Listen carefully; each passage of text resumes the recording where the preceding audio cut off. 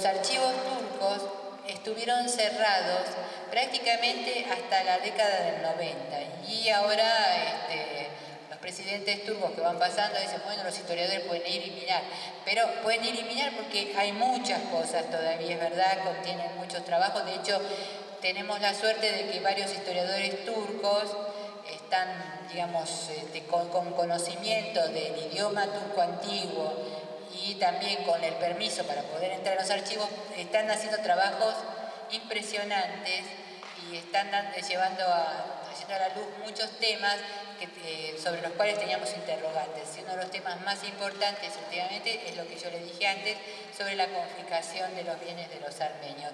Así que, bueno, esto surgió por la idea de lo que le estaba diciendo antes, que en el libro de Ziya Gökalp, Los principios del turquismo, no se habla claramente de cómo se resolvió, pero ahí se podemos inferir por algunas cuestiones que después se los voy a mencionar. Otro fue Tequinal, que en el año 1911 publicó en el Mercurio de París Los turcos a la búsqueda de un alma nacional. Es decir, que así como yo les mencioné el caso de los armenios, los partidos políticos armenios, también del lado de los turcos hay un movimiento nacionalista, hay ideólogos, hay pensadores que trabajan, hay asociaciones culturales que se crean para debatir lo que va a ser esta idea de ser turco, ¿no? Y del otomanismo, de la etapa imperial Imperio Otomano, se pasa al turquismo de la República. Esto ya se lo repetí, pero bueno, se lo vuelvo a decir. Y acá, lo que les decía antes, las asociaciones culturales que crean los turcos, y tres frases que le voy a leer un poco en relación con lo que decía el señor. El país de los turcos, esto lo dice Ziya Gökalp, el país de los turcos no es Turquía, ni siquiera el Turquestán. El país de los su país es más vasto y eterno, es el Tural. La tierra del enemigo debe ser devastada. Turquía se extenderá y se convertirá en el Tural. Ziya Gökalp. Él, en un momento dado, Ziya Gökalp, para la formación de esta Turquía, pone el énfasis en digamos, la expansión hacia el Tural. Pero luego se concentra en la región de Anatolia, esta idea de fortalecer la región de Anatolia, donde había una población armenia importante.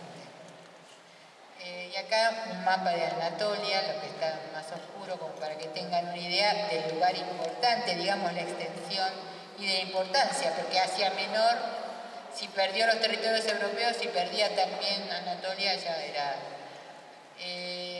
bueno, ya lo dije antes, la idea esta de la guerra en los Balcanes.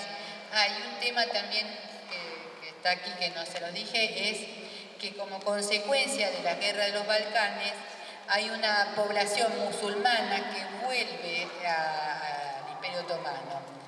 Es decir, que vuelve y de algún modo es necesario reubicarla. Es un problema. ¿Qué se hace con esa población? Entonces, ¿hasta qué hora tengo tiempo? Bueno, ¿sí? ¿15 minutos más hablo? 15 minutos más y después damos preguntas. Bueno, entonces hay que decir, la guerra pierde los territorios y después hay una población que estaba en esos territorios europeos, viene al Imperio Otomano y hay que darle algún lugar y demás. Bueno, ¿qué es lo que hacen? Las propiedades de los armenios también son ocupadas por esto. O sea, hay un tema también económico en el genocidio, como dije antes, ¿no? No, acá ya es lo que ya le había dicho antes, y el tema económico también tiene que ver con la necesidad de formar una burguesía nacional. Y un poco también con lo que le dije, que yo les anticipé, que digamos que por la normativa existente en ese momento, las minorías podían dedicarse al comercio, a la actividad comercial, pero no tenían participación política. En cambio, la sociedad turca tenía más peso político y menos participación en la economía. Y eso se ve, y le voy a mostrar ahora unos datos de un censo industrial que yo no lo vi, pero lo tomé citado de otro libro, ¿no? Por eso acá tengo lo que el autor había citado, George John. que los griegos y los armenios controlaban, de acuerdo, estos antes del genocidio, controlaban la economía del país, pero economía entendiendo por, digamos, la industria, el capital industrial, 50% los griegos, 20% los armenios, judíos el 5% y otros extranjeros 10%. En cambio, entre el 5 y el 10% de los comercios de Estambul estaban eran propiedad de los turcos. O sea, que los turcos no tenían no eran mayoritarios en el comercio. Y esto, a ver si encuentro la cita. Ahí está, esta es la cita que yo quería decirles, decía Gokal. Es muy interesante porque en realidad, yo creo que con esto y otros datos más que también no los traje acá, demuestra cuál era la intencionalidad también en la eliminación de la población armenia. Y decía Gokal, lo leo, dado que nuestro gobierno permitió a las comunidades religiosas, léase estas minorías, ¿no? Griegos, armenios, organizarse bajo el liderazgo religioso, se llamaba sistema de Millet, que yo no sé si lo dije, me parece que no, que es como una comunidad religiosa, la comunidad armenia, o sea, el Millet armenio, el griego, el judío, bueno, dado que se les permitió organizarse en estas pequeñas comunidades, sus organizaciones se constituyeron sobre la base de sus empresas sociales. Y en este camino nuestros compatriotas no musulmanes pudieron desarrollarse en la economía, o sea, tenían el dominio de la economía. Cuando advertimos la necesidad de una evolución social luego de la política, nuestros compatriotas no musulmanes habían alcanzado una posición más favorable en las esferas económica y social. Las preocupaciones políticas habían forzado a los musulmanes a permanecer débiles en la actividad económica. ¿Entienden?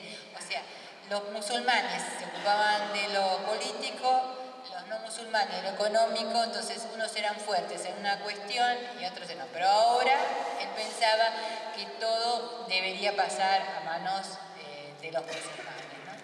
Entonces se prepara el genocidio, esta idea de una organización especial, son grupos paramilitares que son los que van a acompañar las caravanas de la deportación.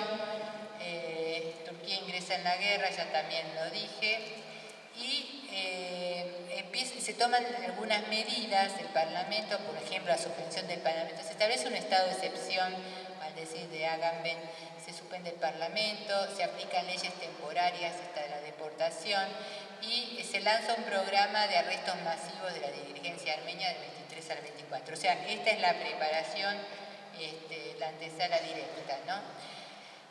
Primero, la orden de deportación, las familias recibían la orden, tenían que salir inmediatamente al día siguiente. Los hombres eran primero tomados prisioneros, luego eliminados para evitar cualquier tipo de resistencia. Mujeres, ancianos y niños tenían que ir a la deportación. Que la deportación podía durar 2 o 3 meses. Era, a ver si el mapa les voy a mostrar. No, bueno, ahora quiero ir atrás. No, después les muestro el mapa porque si no, no puedo. Quiero este autor que yo quiero retener. En todo caso, yo después les dejo este PowerPoint para que lo puedan tomar. Y él habla de ingeniería social, como la política. No habla solo de genocidio, además de hablar de genocidio, dice que esta política que se aplica la denomina ingeniería social, que va, fíjense las fechas, 1913-1950. 1913 es cuando los jóvenes turcos toman el poder, 1950 es la etapa que se completa, porque los jóvenes turcos continúan en el poder en la etapa de Mustafa Kemal y prácticamente hasta 1950. ¿Y en qué consiste esta ingeniería técnica? No solo la eliminación, el exterminio de la población, sino también la asimilación, es decir, que, los niños que eran tomados por las familias y los convertían en turcos, además los armenios que quedaron en el Imperio Otomano tuvieron que acortar su apellido, o sea, no es solo el exterminio, no es solo la deportación, sino que hay otras cuestiones también que conllevan, que es la asimilación forzada, ya sea la lengua. Por ejemplo, yo les digo, en mi caso, mi familia era de un lugar que no se podía hablar armenio. Yo de chica hablaba turco con mis abuelos. Después lo olvidé, aunque ahora con la novela turca que estoy volviendo a unas palabras. Pero yo aprendí el armenio después. O sea, esto es muy importante, el tema del idioma. Los apellidos armenios han sido cortados en Turquía, terminan en Oglu. Oglu es el equivalente a Lian. Oglu quiere decir hijo de. Y Lian también hijo de. O sea que todos los apellidos en general armenios tienen un significado, ese genitivo que quiere decir hijo de. Y se cambió. Lian en Turquía muchos cambiaron. Por eso ustedes seguramente por ahí vieron algún armenio que vino a la Argentina después de la década del 50, que vino de Turquía, son de los que se quedaron algunos y después emigraron.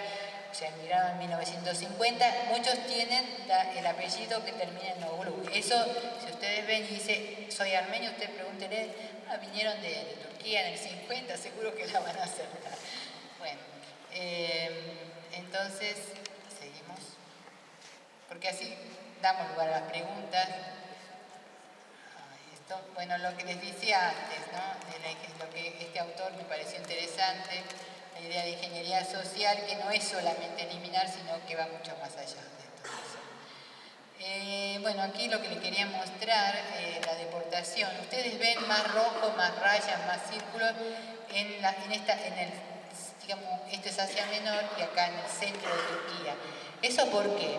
Porque en la zona más cerca de la capital estaban los embajadores, eso es lo que estaba más a la vista de Europa. Entonces trataron y había menos armenios. Entonces la mayor concentración fue digamos, en el centro este de lo que era todavía el Imperio Otomano, ¿no? Bueno, esta idea de biopoder en el sentido de Foucault, también en lugar de ingeniería social, demográfica, y un poco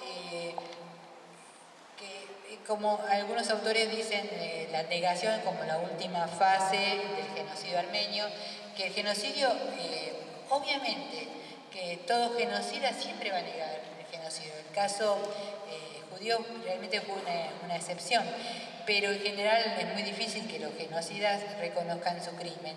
Entonces, en el caso armenio podemos decir que la negación comenzó prácticamente en el mismo momento que ocurrió el genocidio. Ya en el año 1916, acá ven la verdad sobre el movimiento revolucionario armenio y las medidas gubernamentales, que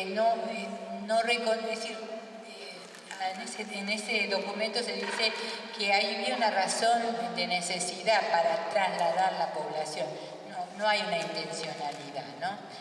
Después, en la década del 30 al 40, es lo que se llama la propaganda encubierta a través de las embajadas, sobre todo la embajada turca, que uno de los hechos más sonados es cuando la Metro Goldwyn quiere filmar Los 40 días de Musadar, que es una novela escrita por Franz Werfel, que fue un judío austríaco, y habla sobre el tema armenio, y Turquía presionó para que no se filmara. ¿Qué año es eso? En la década del 30, 34, no tengo la fecha exacta. Sí, década del 30. Y después otra cuestión es el tema de la reescritura de la historia. Esto les puede interesar. Ese autor Copo, que está ahí, estudió, la verdad que es un trabajo fantástico por su conocimiento del turco y francés sobre los manuales escolares y cómo el tema del genocidio, los armenios, el genocidio nada, pero los armenios fue negado, los armenios no estuvieron ahí, que nunca estuvieron, y cómo va evolucionando a que sí, que llega un momento que no tiene más remedio que decir, bueno, los armenios existieron, pero en realidad vinieron después, primero estaban los turcos. Bueno, toda la tergiversación y la reescritura de la historia que este autor lo estudia muy bien, el tema de los manuales escolares.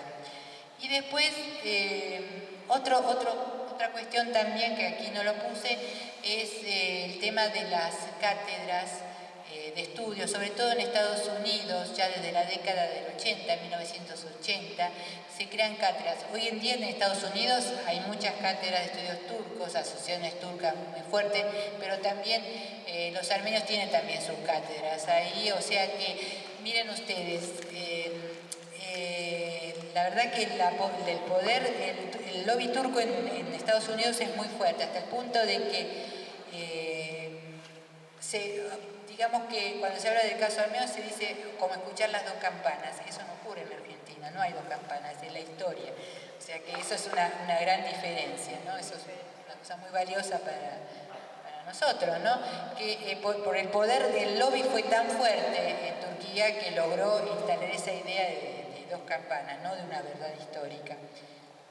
¿Y cómo hace Turquía para negar y sigue negando? Un poco, una se la anticipé antes, esta idea de que fue una guerra civil, bajo ningún punto fue una guerra civil, es un Estado, con todo el poder del Estado, el partido, la policía y demás, contra una minoría que no tiene nada de eso.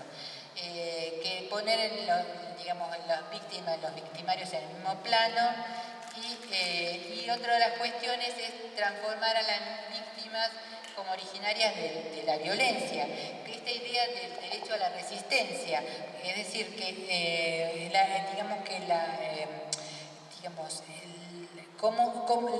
los pocos casos de resistencia que hubo se utilizó una fuerza muy superior a lo que había motivado la resistencia, o sea que no hay comparación siquiera, ¿no? Y para cerrar un poco esta idea, probablemente ustedes escuchan la palabra deportación. ¿Qué es la deportación? Yo asimilo un poco la deportación, lo que sería el campo, como un campo de concentración, solo que esto era en movimiento. La gente iba caminando en el desierto, frío, calor, lo que fuera, hasta morir por inanición, y algunos sobrevivieron, ¿no? Llegaron a los desiertos, a Alepo sobre todo, camino de este modo hacia el sur, hacia Siria, y de Siria algunos se quedaron ahí, por eso también se formaron importantes comunidades y otros directamente emigraron. Para terminar, las reivindicaciones de máxima devolución de los territorios, de mínima reconocimiento, ¿no? Esas son la palabra G. Termino con esto. La palabra G, la palabra genocidio, es una palabra prohibida en Turquía. Hay un decreto del Código Penal 301 que la prohíbe. Ustedes saben, alguna vez, no sé si leyeron, hay un Orhan Pamuk, el que fue premio Nobel de Literatura, escribió varias novelas, una de ellas Nieve, que menciona el tema de los armenios, las casas de los armenios abandonadas, dice, no son abandonadas, son de los armenios expulsados, o sea, hace una alusión. Y él mencionó el genocidio armenio, así como activista de derechos humanos. Toda esta gente ha sido perseguida por haber mencionado la palabra armenios, la palabra genocidio. Esa palabra que para Turquía es lo peor, es la única palabra que no puede aceptar. Y eso quedó claro el enojo del presidente de Turquía cuando el Papa mencionó el caso armenio como un caso de genocidio. La verdad fue lo mejor que pudo porque el otro reaccionó tan mal que se vio la violencia justamente ahí. Bueno, para los armenios, los descendientes, mejor dicho, estamos hablando de los descendientes, es la única palabra que da aliento y alivio. Es una palabra, digamos, que tiene, digamos, como mínimo, el reconocimiento es una cuestión moral y de máxima para otros, que no es para mí, es la devolución del territorio. Bueno, muchas gracias.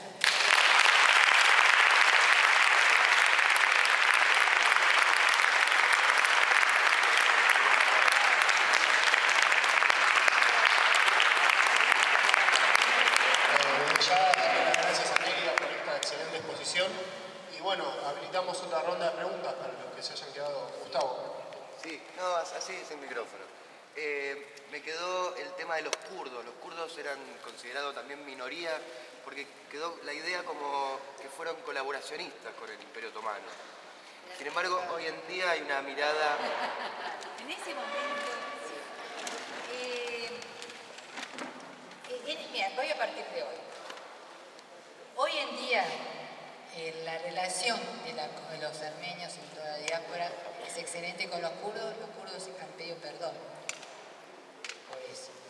están con nosotros en la lucha. Acá hay un kurdo también, que te puedo decir, Dogan se llama, que vive, que está en Argentina y que el año pasado nos acompañó en la marcha y habló.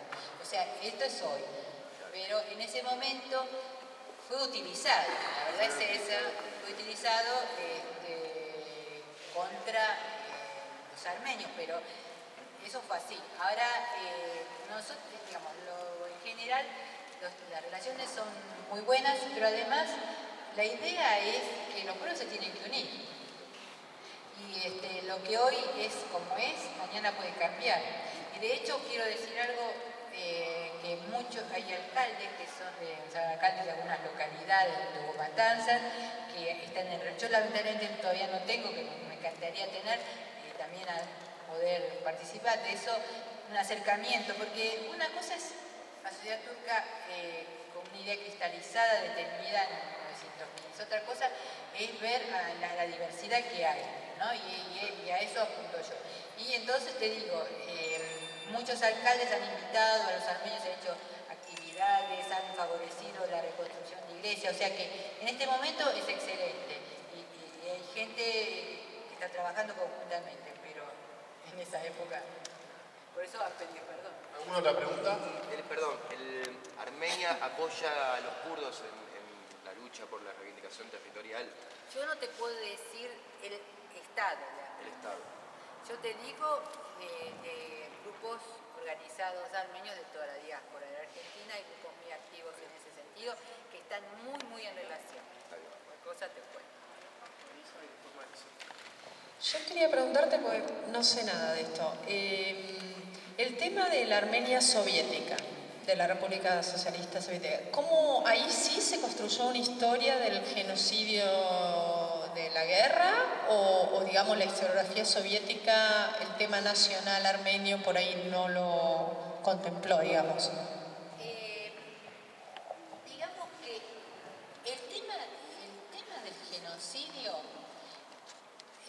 ¿se acuerdan el mapa, no? La parte sur, que es la deportación digamos, los sobrevivientes fueron hacia el sur y construyeron la diáspora. Una minoría de los sobrevivientes del Cáucaso fue hacia Armenia, pero en realidad, con la sovietización de Armenia, la relación de la Unión Soviética, también de acercamiento después con Turquía, en realidad el tema del genocidio no fue un tema de la Armenia soviética, y casi te diría también de los primeros años de la República desde 1991. De Armenia es, más allá de que hubo ese monumento que se construyó, que ustedes lo habrán visto ahora en Armenia, que es el Cernagaper, se construyó mucho antes, pero en realidad la bandera del genocidio, del reconocimiento fue de la diáspora. Pero ahora, en los últimos años, Armenia está acompañando y mucho, pero es más, fue un tema de la diáspora más. ¿Es esa la pregunta? Marisa. Sí, la pregunta es, lo que estaba viendo, cuando veíamos PowerPoint, los griegos económicamente tenían el 50%. Sí, de acuerdo a ese censo, yo te digo, yo no, ese censo... ¿Pero qué tendrían menor cantidad de tierras? ¿Ocuparían menor tierras? No, el tema se refiere concretamente al aporte industrial, pero la palabra industrial en realidad es la industria del tipo tema de algodón, por ejemplo, la industria más artesanal. No se refiere a la propiedad de la tierra. A la propiedad de la tierra yo no tengo ese dato, porque es un dato que me preguntaron y no lo tengo todavía. Claro, es lo que sería la actividad industrial en manos de los griegos. Los griegos eran más fuertes que los armenios económicamente del Imperio Otomano. No, los griegos estuvieron en el año 1922, fueron expulsados los últimos griegos que quedaban en Esmirna. El incendio de Esmirna que terminó con los pocos griegos que quedaban. Estaban en el interior de Turquía y fueron emigrando. Y hubo un momento dado que hubo un intercambio de población, que no es lo que yo decía antes de los moayyires, es otro, hubo un intercambio de población griegos por musulmanes, porque había muchos musulmanes viendo. Y digamos que, bueno, no quería mencionar una novela, pero no viene al caso, pero quiero decir que económicamente la población, los griegos eran más poderosos que los armenios. Porque acá se le puso enseñamiento, ¿cierto? Ensañamiento del, Con los armenios. sí, de los musulmanes. Sí. Los griegos, Tal vez con la, digamos, la mirada hacia los griegos, pues una mirada de inferioridad respecto a la comunidad griega. Pero hacia los griegos Sí, también. sí, Si vos pensás que no, también No, por hacia eso los... yo te preguntaba, porque ¿qué pasó con los griegos? Claro, Pero no hubo en el caso de la población griega. No, cuando fue el genocidio no hubo, sí de los asirios, que ahora se está hablando. El genocidio de los asirios fue simultáneo en el Imperio Otomano, pero los griegos fue de manera aislada. Pero después hubo un intercambio de población, porque además había un Estado, no se olviden de eso, los armenios no tenían un Estado. los griegos se independizan del Imperio Se Otomano. independizan Exactamente. 1830. En 822. Sí. Esto no provocó una reacción del Imperio. Algunos regresaron, otros se quedaron, algunos, digamos, hubo un traslado de población musulmanes por griegos y después los que quedaban es en el año 1922 estaban en Esmirna y es el incendio ese que se provoca un incendio que hace que la población tenga que salir al mar, muchos mueren ahogados, muchos son rescatados por los barcos europeos. Pero en realidad los que más sufrieron por el número y por la manera, en realidad fueron los armenios. Pero no tenemos que olvidar, porque si no los asirios eran más para nosotros, que también hubo genocidio de los asirios también, simultáneamente. ¿Alguna otra pregunta? ¿Alguna? Sí.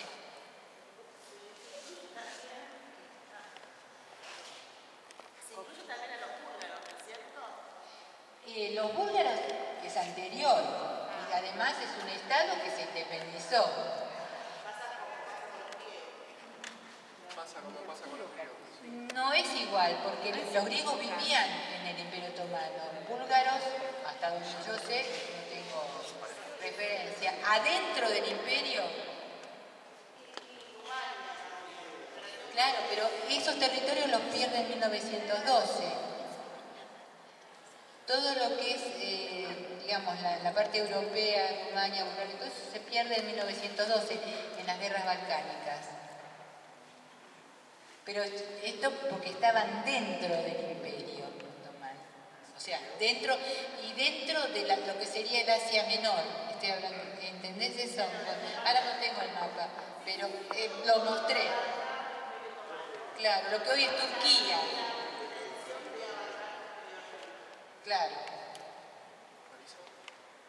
Sí, no, simplemente no reflexionar, digo, si en el 1948 se establece la famosa Declaración de los Derechos Humanos, ¿qué pasó en este contexto con el genocidio armenio? ¿Por qué no se toma? Y si se toma, para trabajar todo el tema del holocausto judío, ¿no? Esto un poco a raíz de lo que preguntaba Alicia. Y el otro tema, ¿por qué el punto de inflexión es la década del 80? Que es una década bastante comprensiva en el mundo occidental por los embates del neoliberalismo, ¿no? Es decir, ¿por qué se toma un tema, digamos, tan intrincado en donde los estados, entre comillas, liberales, han participado de estas prácticas genocidas y se empieza a tomar un poco más en serio, ¿no?